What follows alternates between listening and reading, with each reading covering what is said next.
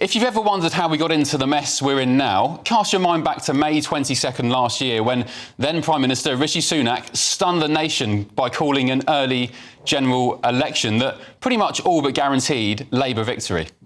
Earlier today, I spoke with His Majesty the King to request the dissolution of Parliament. The King has granted this request, and we will have a general election on the 4th of July. So why did Rishi Sunak call the election then? He could have left it until January this year, some 8 months later. That would have allowed the Tory government to enjoy interest rate cuts from the Bank of England. The Rwanda scheme would have got off the ground. Inflation was falling. Energy bills would have come down. It was, by all accounts, a pretty bizarre decision that shocked the public and indeed Parliament. We've been scratching our heads for over a year now as to why Rishi Sunak did it. Well, tonight I may have an answer for you, so brace yourselves, because one day before Rishi called that surprise election last year, the High Court made a decision to lift the super injunction taken out by Sunak's Tory government that suppressed the release of the Afghan data leak. That meant the British public was about to learn of the government's plan to spend up to £7 billion of your money airlifting tens of thousands of Afghans and their families into Britain overnight without telling you a damn thing about it. The Ministry of Defence eventually managed to successfully appeal the lifting of that super injunction, although it was set to be reviewed every 3 months after that. But Rishi Sunak wasn't yet aware of that. So did he call the early election that he knew the Tories would lose because he knew the public was about to find out about what the government was up to at the time? Was he aware that the great British public would be absolutely furious with the plan to sell out taxpayers, to sell out communities, and that, worst of all, they tried keeping it all secret? One ex-user, Mark Cockerton here, posted today, Rishi Sunak, what first attracted you to calling a general election the day after a judge said the super injunction covering up the Tories' Afghan debacle should be lifted? None of this really matters anyway in my book, because the state has done, the government, the states that runs things, has done what it's always done, which is act with impunity regardless. The Afghans are coming here, some have arrived anyway, and you don't have a say about it. And with the help of the out-of-touch media class, even your complaints about the situation will be met with disdain. Look how alleged Conservative Ian Dale dealt with one worried caller on his LBC radio show this week. So that in the future generations, our grandchildren and great-grandchildren are going to be a minority in their own country because your generation wants to flood the country with people that are totally unassimilable to our way of life. You're a complete dinosaur, I'm afraid. I mean, it's absolutely disgusting to say, oh, well, these people bring their ways here, and yet you can't actually articulate what they are. And he later cut her off pretty shortly after that. I remind you that Ian Dale is meant to be a Conservative, by the way. I do wonder what he's trying to conserve other than the broken political class that led us into this mess in the first place. And as for the type of people we're importing into this country, this is the front page of the Sun newspaper today. 1 in 100 hotel migrants are suspected to be criminals, having been hauled before magistrates this year. Offences range from rape to robbery to GBH and theft. One migrant allegedly tried to kiss a 14-year-old schoolgirl after arriving 8 days earlier on a small boat in Britain.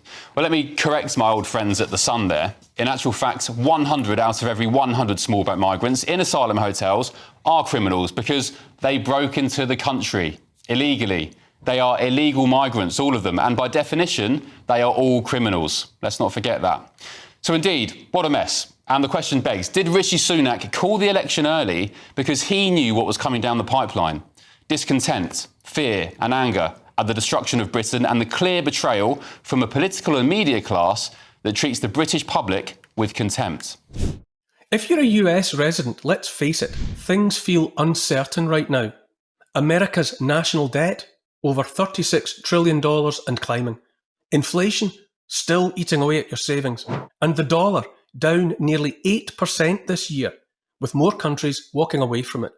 Meanwhile, the markets, one day they're up, the next day, trillions gone in a blink. So it's no surprise people are asking, where can I actually put my money and sleep at night? That's why more investors are turning to gold and silver. Gold's up over 24% this year, smashing records and soaring past $3,300 an ounce. And some analysts say we could see $6,000 gold before the end of Trump's term. And silver, it's heating up fast, driven by demand in tech, solar and defence. Some analysts say it could double in value this year. If you've been thinking about moving part of your IRA or 401k into gold or silver, tax and penalty free, our friends at Priority Gold make it simple. They're endorsed by Rich Dad's Robert Kiyosaki, ranked number 1 by Forbes and Financial Services Review, and trusted by thousands of everyday Americans. Right now, GBNews viewers can get a free wealth preservation guide from Priority Gold. It shows you exactly how to add real gold and silver to your IRA or 401k tax and penalty free.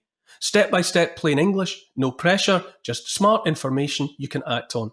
Just scan the QR code, click the link in the description below, or if you're a US resident, text WEALTH to 24999. That's WEALTH to 24999 and claim your free guide today. The price of gold can go down as well as up. Past performance does not indicate future performance. Only invest what you can afford. Let's get the thoughts of my panel now. The former Labour Special Advisor Paul Richards, former Scotland Yard Detective Peter Blexley, and the journalist and broadcaster Linda Jubilee. Good evening, panel. Good evening. Evening. Paul, what's your take on this? Did you see this about Rishi Sunak? Did he call the election because he knew that super injunction was about to be lifted? I think it's a really fascinating theory. I mean, up till this point, we've been assuming it was because he knew the election was lost anyway, just get on with it and do it. We were scratching our heads a bit as to quite why it was quite as early. And you're saying that the political class was wrong-footed by this, but I mean, his own cabinet didn't seem to know about it either. You know, it really was a shock announcement. I was confidently anticipating an election in autumn, same as everyone else, and was totally proved wrong. So it's a theory. I suspect it was more to do with just all the other bad news coming down the track as well. So it might have been a component part. But as I said there, Linda, as I said there, it wasn't all bad news coming down the track. The Rwanda was meant to get off the ground. Interest rates were falling. They could have taken credit for that. You couldn't have guaranteed that. Interest rates are falling, but inflation still won't fall to the level we need it to be, even for another 18 months. Well, no, back in last year, the inflation was down to target levels. It was down to target levels, I agree. But what I think is that you are absolutely correct about this being a component part of his decision, because he will have known all of this. But I'm also told that actually one of his big fears was what was going on in the prison service. The prisons would reach capacity within months, and he decided to go to the country. It was absolutely true that he would go to the country early. But you are right, it was a surprise to everyone. Even members of his own cabinet did not know what he'd done until he returned from telling the King. Apart from the ones that went down the bookies, obviously. Well, yeah, of course, the Tory gamblers. Peter Blexley, good evening. Good evening. Thank you for your company. First of all, can I ask you what you think of Ian Dale there? Hang on, I'm going to do an Ian Dale impersonation. I resign. I'm going to be an MP. No, I'm not. Can I please have my job back? Honestly, he's such a melt, the bloke. He really is. He's meant to be a Tory, a Conservative. Yeah, well, so be it. The way he dealt with that caller, for example, I mean, so utterly disdainful of somebody who summoned up the courage, because it's quite a thing to do, to pick up the phone and ring into a radio station if you've not done it before. If you are one of the great British people and you just fancy getting your word across, to then be rinsed by somebody who thinks they're such a smart so-and-so, like Dale, so rude, is discourteous, unpleasant, and you could construe it as a kind of form of bullying. Now, I wouldn't see it that way because I'm a bit more thick-skinned than many people. But she might have done. But she might well have done. Do you agree that the way Ian Dale treated that caller there, and Ian, if you're watching, maybe you are on Catch Up or whatever, I'd love you to come on the show and explain that kind of behaviour, because I think it's pretty rotten, actually. But do you think his behaviour is reflective of the political and media class in this country, who treat anybody with concerns about migration or the fast-changing nature of the identity of Britain with complete and utter disregard? Well, there are some very left-leaning presenters on that radio station, including Ian Dale, who's meant to be a Tory. Yeah, and I think they do have an overinflated idea of their own self-importance.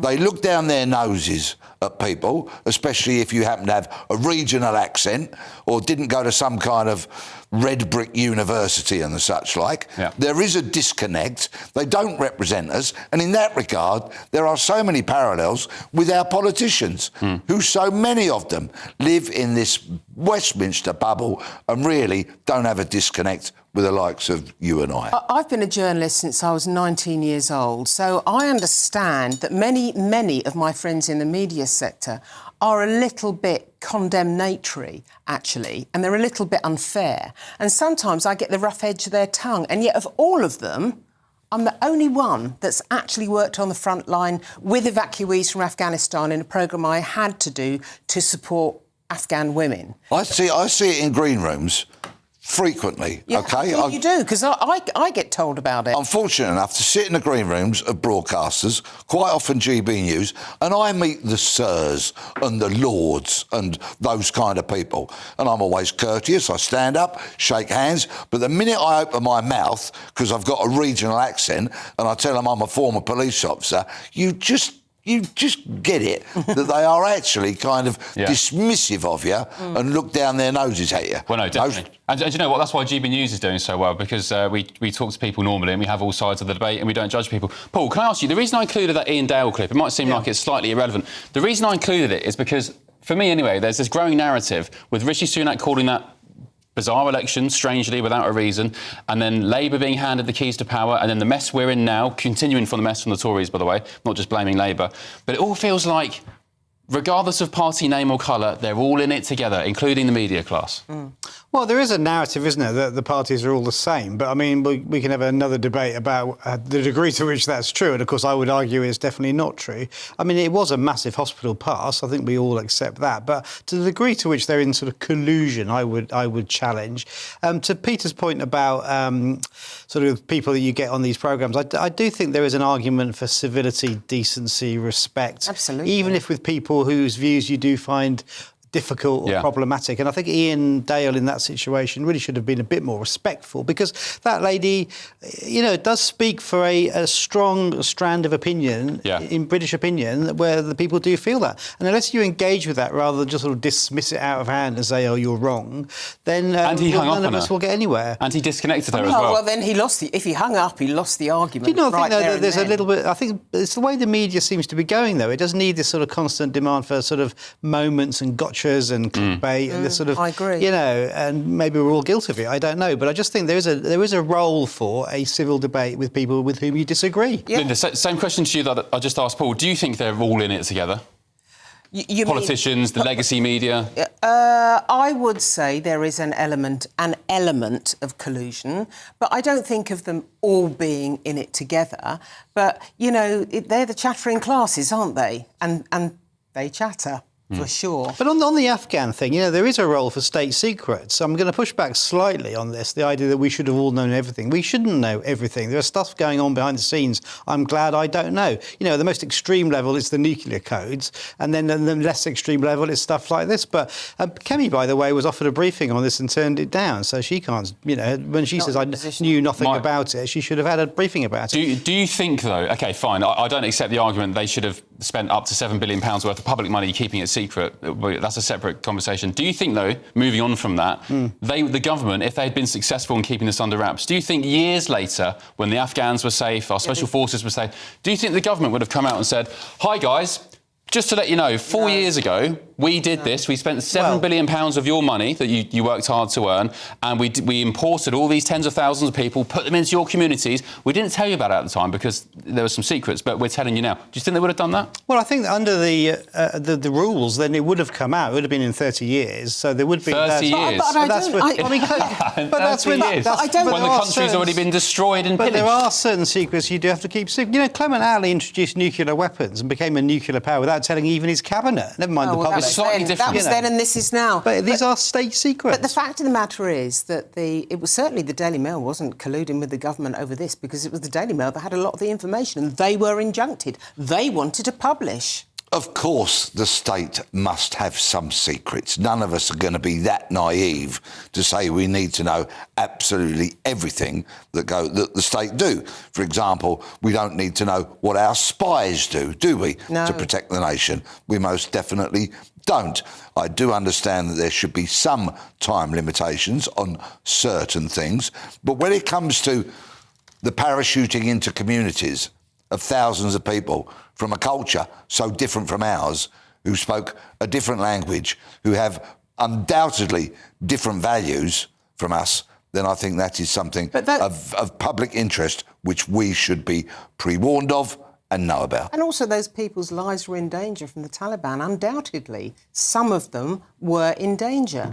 And some of those people had worked very, very closely with their own armed forces. Some of those interpreters deserve to be protected. I agree. In the initial stages. We owe it to those. That's not my point, and that's not the point of discussion that I've been banging on about all week. I think we owe our loyalty to those interpreters who help save lives and work with our armed forces. That's not my problem. The problem was the secrecy and the spending, the attempt to spend up to £7 billion of public money parachuting these people and their families into Britain overnight. And a lot of those people on the list weren't even interpreters. They're just... I know that. That is a question then for the Conservative government, isn't it? Well, one big problem I have with this is Lord Justice Yip this week, who was a part of this process, who said that actually the definition of family members does not have to be blood.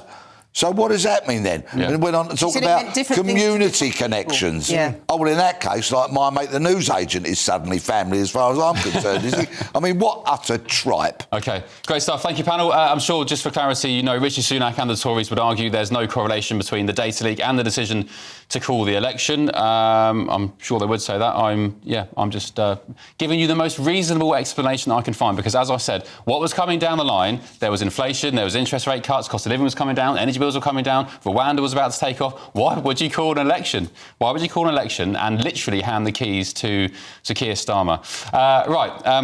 And not use an umbrella. Yeah, well, I mean, that just personified... A, the Tories at the time, and B, the state of things to come. Just sodden, wet, rotten, damp, terrible moist, optics. Terrible. Anyway, move on.